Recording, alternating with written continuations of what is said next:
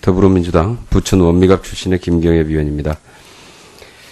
외교부 장관님, 한일 군사정보보호협정 논의 재개가 공식적으로 10월 27일 날 개최된 NSC에서 결정된 것이다. 이렇게 얘기하는데 맞습니까? 그렇게 생각하시면 되겠습니다. 네. 그러면은 외교부는 27일 NSC에서 이 문제 협상 재개 문제가 논의될 것이라는 것을 언제쯤 알았습니까?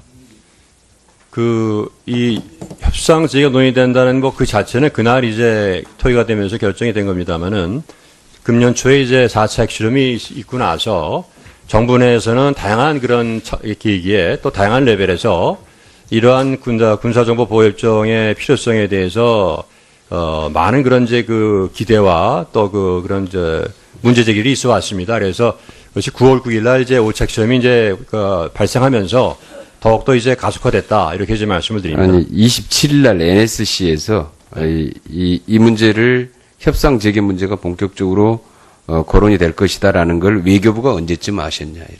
글쎄 제가 언제쯤이라 정확히 제가 뭐라고 말씀드릴 순서는 아닙니다만은 이러한 연초일에 1년의 그런 그 필요성에 대한 공감대가 형성이 되었기 때문에 27일 그 며칠 전에 했든 간에 그것은 중요한 것이 아니고 대체로 필요성에 대해서는 정부 내 제 얘기는 지금 협상이 이게 계속 이제 하다가 이게 중단됐던 거 아닙니까? 그래서 재개 문제가 언제 됐는데 이걸 외교부가 언제쯤 알았냐라고 하는 것 같은데 외교부 장관님 잘 모르시는 것 같은데 예, 장관님이 27일 날 개최된 NSC 회의에 참가는 했습니까? 그날은 이제 마침 그 총리 주재 회의가 이제 같이 개최되는 바람에 장관들은 다 총리 주재 회의로 갔습니다. 예, 참가를 못 하셨죠. 네. 외교국방 장관만 이제 그 총리 주재 회의로 갔습니다. 혹시 이때 통일부 장관님도 이때 NSC 회의에 참가하셨습니까? 그때 저도 그 총리 주재 회의에 참가하고 예, 그렇지. 역시 이제 국방부에 따르면은 NSC 개최 바로 전날 청와대에서 그러니까 26일 날이죠. 청와대에서 긴급하게 NSC에서 한일 군사정보보호협정 처리할 것이니 회의 자료를 준비하라라고 지시를 받았다고 합니다. 하루 전날. 이미 청와대는 10월 26일 한일 군사정보보호협정을 결정을 해놓은 거죠. 그러니 굳이 이제 의사결정권이 없는 장관이 NSC에 참석할 필요조차도 없었을 것이고, 차관이 자리만 대충 채워서 형식적으로 회의만 거치면 된다라고 판단을 하는 것으로 보입니다. 이 한일 군사정보보호 협상 재개 문제보다도 총리 주재 장관 간담회가 더 중요했느냐, 그렇게 보이지 않습니다. 그런데 장관들은 이때 총리 주재 회의에 간담회에 참석을 했고 NSC 회의의 정상적인 회의에는 차관들이 대신 참여해서 형식적으로 회의 절차만 거쳤다. 그리고 그 전날 국방부가 NSC로부터 회의 자료를 준비하라고 연락을 받았다. 하루 만에 연락받고 NSC 회의가 개최됐다. 이런 겁니다. 이 문제는 지금 현재 그 하루 전에 연락받았다는 얘기는 이거는 이미 국방부에서 국방부 관계자가 저번에 국방부 장관께서도 국방위 전체 회의에서 말씀을 하신 내용입니다. 이 NSC 개최 경위만 봐도 이게 무슨 얘기냐 하면은 외교 안보 관련된 장관들을 거의 다 배제를 다 했어요. 그리고 그냥 NSC에서 결정을 했는데 누가 결정을 했는지도 잘 모릅니다. 그냥 청와대가 또 밀어붙인 겁니다. 장관들은 다 배제하고. 말씀을 드릴까요? 예. 네. 좀 전에 말씀을 드렸습니다만은 이제 그 4차 핵실험 이후 국방부가 중심이 돼서 이러한 지소미아 협상 재개 문제에 대해서 여러 가지 그런 이제 여론도 수렴하고 또 문제 제기도 하고 또 정부 내에서 다양한 레벨에서 협의가 있었기 때문에 국방부가 아무래도 중부서로서 가장 문제의식이 크게 가졌다 이렇게 저는 보고 있고요. 또 그러한 아까 그 얘기는 장관님 하셨으니까요. 다시 반복할 필요는 없을 것 같고요. 이 한일 군사정보보호협정 국회 비준동의가 필요하다고 보십니까? 지금 저희 정부에서는 비준 대상 협정이 아니라고 보고 있습니다. 왜 그렇습니까, 이건? 국방부 장관이 여러 차례 이제 말씀을 하신 거로 제가 알고 있습니다만은 그 재정적인 부담이나 그 국가안전보장에 관한 그런 이제 조약이 아니기 때문에 그런 것을 이게 군사정보보호협정, 한일 군사정보보호협정에 의하면은 우리의 군사기밀, 국가기밀이 일본으로 공유되는 거죠?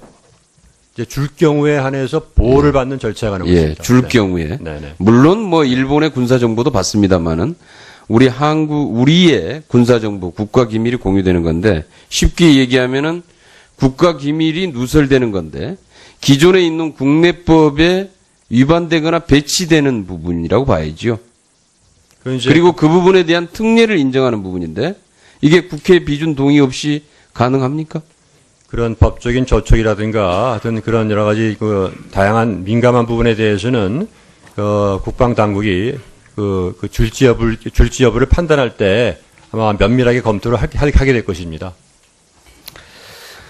지금 방금 제가 말씀드린 이 부분까지 명확하게 해서 기존에 있는 우리 국내법과 배치된다. 국내법에 위반되는 이 협정이 만들어질 경우로 해당되는지의 여부도 명확히 한번 보셔야 되고 만약에 그렇다면은 이 부분은 분명히 국회의 비준 동의를 받아야 될 것으로 봅니다.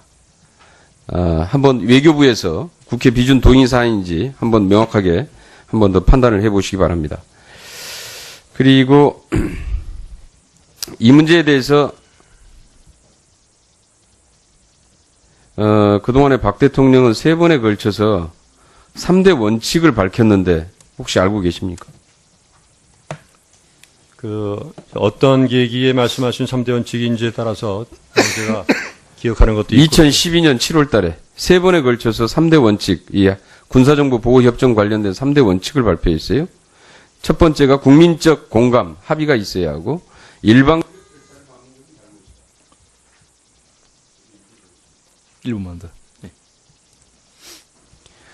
예. 그리고 세 번째가 국회에서 여야가 충분히 논의해야 된다라고 하는 게 2012년도에 한번 이거 확인을 한번 해보시죠. 박 대통령께서 후보 시절부터 3차례에 걸쳐서 강조하고 확인했던 3가지 원칙입니다. 한일 군사정보 보호협정 체결 관련해서. 그런데 지금 이게 중단돼 있다가 어느 날 갑자기 지금 번갯불에 콩볶아 먹듯이 아주 후닥닥닥 하루 전날 국방부에다가 회의 자료 준비하라고 그러고 그리고 하루 만에 NSC에서 한 번에 회의로 해가지고 그냥 해서 발표해버리고 재개해서 며칠 만에 후다닥 해서 지금 오늘 뭐 가서명을 한다. 정말 번갯불입니다. 왜 이렇게 갑자기 바뀌었는지 한번 이 과정도 그동안에 대통령께서 쭉 견지해왔던 원칙이나 이 문제에 대해서 입장과 비교해서 한 번 더 확인을 해보시기 바랍니다. 참 심각하다고 생각합니다.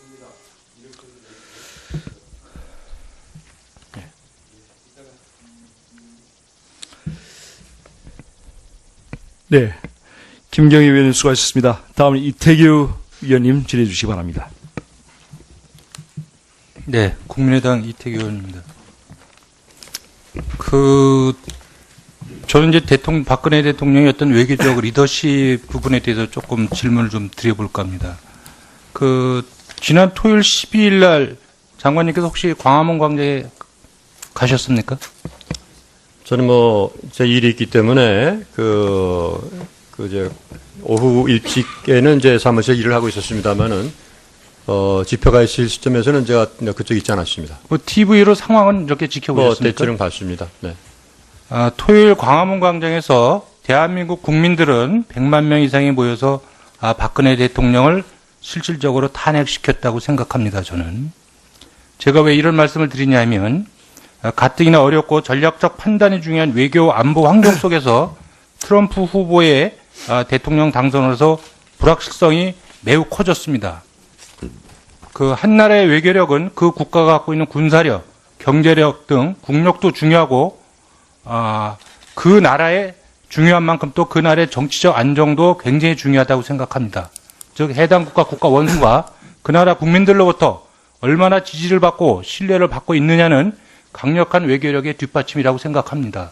저는 그렇게 생각하는데 혹시 장관님은 여기에 대해서 어떻게 생각하십니까? 예, 뭐 저희가 이번 국내 사태에도 불구하고 여러 차례 정부에서 말씀을 했습니다마는 하여튼 그 해당되는 모든 국무위원들은 아니 그게 아니고요. 흔들림 없이 그런 그 각 분야별 특히 외교안보 분야의 중요성에 비춰볼 때 흔들림 없이 차질 없이 해나간다 하는 그런 생각을 갖고 하고 있습니다. 아니 장관님께서 열심히 하시겠다 뭐 이런 부분에 제가 질문을 드리는 게 아니고요. 우리나라 대통령이 국민들로부터 지지도가 바닥이면 저는 미국이든 일본이든 상황을 악용해서 자국에 유리한 것만 저는 관철시키려고 할 거라고 생각을 합니다. 그건 또 우리나라도 마찬가지라고 생각이 들고요. 이것이 국제사회의 냉정한 이익 추구와 이익 추구를 위한 질서, 이런 질서에 대해서는 외교부가 더 잘 아실 거라고 생각이 들고요. 그래서 하물며 우리나라 대통령 지지도가 5% 수준이고 절대 다수의 국민들로부터 그 퇴진 요구를 받고 있는 상황에서 대통령이 어떻게 외교 안보를 주의할 수 있고 당당하게 정상회담에 나설 수 있겠는가, 이런 부분에 대해서 제가 의구심을 갖고 말씀을 드리는 겁니다.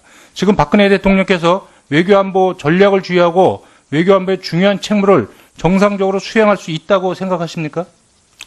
뭐 현재 그 에이펙 참석하시지 못하시는 것 빼놓고는 현재 그 여러 가지 그동안에 있었던 일정들을 다 처리하고 계십니다. 지금 이제 당장 중요하게 오늘 전체 회의가 소집된 이유도 결국은 미국 대선 결과에 따른 한미 관계의 어떤 미래나 어떤 또 변화 가능성의 부분에 대해서 그거를 좀 진지하게 중지를 모아보자고 오늘 회의도 소집된 거 아니겠습니까? 가령 아베 총리 같은 경우는 내년 1월 17일 날인가요? 그 정상회담을 갖기로 했죠. 만약에 우리 정부 입장에서 그 한미 정상회담이 필요하다면 현재 박근혜 대통령께서 한미 정상회담에 나설 수 있는 여건이 되는가? 그러한 리더십이 확보되겠는가? 이 부분에 대해서 어떻게 판단하시냐? 이걸 제가 여쭤보고 있는 겁니다. 네, 지금 이제 아까 모두 발언에서 제가 길게 말씀드렸습니다만은 지금 트럼프 당선자의 인수팀과 그 단계별로 굉장히 긴밀한 얘기를 하고 있고, 이번에 그 정상간의 통화도 그동안에 저희가 소통했던 그런 결과로서 이제 나온 것이라고 제가 말씀을 드릴 수가 있습니다. 특히 이제 그 앞으로 인수위팀이나 새로운 내각에 들어갈 가능성이 많은 분들하고 그동안에 이제 축적한 그런 이제 신뢰관계라든가 또 주미대사관 또 본부의 그런 노력을 통해서 이러한 그 한미동맹 관계에 차질이 없도록 앞으로도 계속 많은 노력을 할 겁니다. 아니, 그건 열심히 하시는 거고요. 네. 다만 그 우리를 상대하는 해당 국가가 그 대한민국의 정부, 그 정부의 신뢰, 뭐 이런 부분을 어떻게 바라보느냐에 따라서 대한민국을 대하는 태도가 달라지지 않겠습니까? 지금 대한민국 국민들은 대통령이 최순실에게 조종당하고 꼭두가시 노릇을 해왔다고 생각을 하고 있습니다. 그리고 그 엊그저께 그 본회의에서 나왔지만 그 뉴욕타임스 만평 보셨죠? 네. 예? 우리 대통령의 뇌 속에 최순실이 들어가서 조종하는 그런 만평을 외국의 언론이 버젓이 그려대고 그것이 대대적으로 보도되고 있습니다. 정말 국민으로서 굉장히 불안을 떠나서 수치스러운 일이죠. 그뿐만이 아니죠. 지금 해외 언론이 전부 다 지금 대한민국을 지금 조롱하고 있지 않습니까? 일본 같은 경우 전대미문의 불상사다. AP통신 같은 경우는 개똥과 한국의 라스푸틴과 프라다구도 뭐 이런 식으로 조롱하고 있지 않습니까? 예? 중국 같은 경우는 컬트 종교 지도자가 국정에 개입했다. 뭐 이런 표현도 쓰고 있습니다. 오죽하면 북한도 현대판 수렴청정이고 특종 정치만 하다 이렇게 비꼬고 있습니다. 이렇게 조소당하고 비웃음을 사고 있는 이 대통령의 리더십을 가지고 현재 급변하고 있는 외교 환경에 능동적으로 우리가 주도적으로 대처할 수 있겠는가, 이 부분이 걱정이 되는데 이 부분에서 장관님은 아무 걱정이 없으세요? 그냥 실무적으로 이제까지의 네트워크를 잘 활용해서 열심히 하고 있다. 이것만 가지고 한국의 외교 문제, 안보 문제가 다 해결이 되겠습니까? 예, 국내적으로 여러 가지 그런 어려움이 이제 있는 것은 저희도 다 아주 엄중하게 인식하고 있습니다. 다만 그럼에도 불구하고 우리 저희 일주에도 여러 번씩 총리 주재 그런 우리 관련 부총리 또 강료들 간담회도 하고 NSC도 수시로 회의를 하고 이러한 시스템에 의해서 움직이는 그런 노력을 과거 때보다 저희가 강화하고 있습니다. 대통령께서 그 외교안보 현장에서 정상적으로 나서지 못할 상황이 발생할 경우에 지금 외교부의 대책은 무엇입니까? 저희 그런 가정적인 그런 상황에 대해서 저희가 이제 답변한 것은 아직 바람직하지 않다고 생각하고 있습니다. 가정적이 아니죠. 지금 그 당장 박근혜 대통령께서 에이펙에 참석하지 못하시지 않습니까? 이걸 9월 달에 결정을 했다고 하는데 그럼 9월 달에 누가 대신 에이펙에 가기로 했습니까? 이제 누가 할지에 대해서는 조만간에 곧 발표가 있을 겁니다. 이 부분이 이게 9월 달에요. 9월 26일 날 저희 국정감사 때 장관님께서 국회 보관 업무 현황 보고입니다. 이 부분에 있어서는 그 APEC이나 이런 부분에 적극적으로 참여해가지고 저희의 어떤 그 입장이나 이걸 적극 대변하겠다고 이렇게 말씀하셨지 않습니까? 또 사드 문제 해결을 위해서도 여러 차원에서 소통을 추진하는데 그 소통 창구의 하나로서 또 APEC을 또 지목하셨어요. 그렇죠? 이런 중요한 문제라면 이건 당연히 이 보고대로 한다면 이건 대통령이 참석한다고 누구나 봐도 그런 보고. 네, 그 이후에 이제 그 상황이 발생해서 지금 대통령이 정상적인 외교 활동을 할 수 없는 상황에 있는 거를 이번에 APEC 불참으로 정부도 스스로 인정하고 있는 겁니다. 여기에 대한 대책이 뭐냐 이걸 제가 여쭙는 거지요. 예, 이제 가까운 시일 내에 이제 APEC 정상에 참석하시는 우리 이제 대표가 발표가 되게 되면 APEC에 대한 저희 이제 대책도 내마련이 될 것이고요. 하여튼 여러 가지 그런 상황과 관련해서 국익에 손상이 없도록 저희 해당되는 모든 부서들이 서로 더 긴밀히 조율하면서 지금 여러 가지 노력을 하고 있습니다. 앞으로도 할 것입니다. 추가 질의하겠습니다. 예.